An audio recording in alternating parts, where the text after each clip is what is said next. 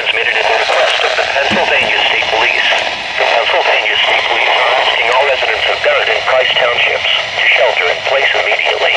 Please do not go outdoors and remain away from windows or openings to the outside. Please stay tuned to media outlets for further information. At 8 p.m. First ever shelter-in-place warning. Oh my God. And this is real. Real. This is not a test. We will run upstairs.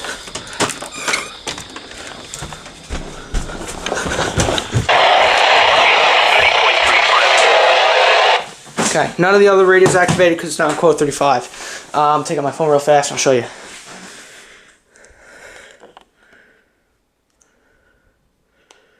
Here it is.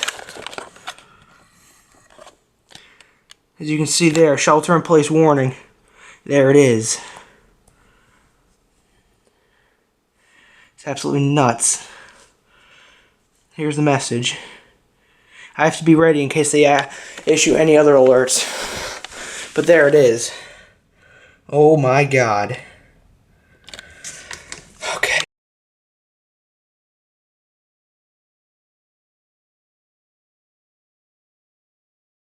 Request of the Pennsylvania State Police.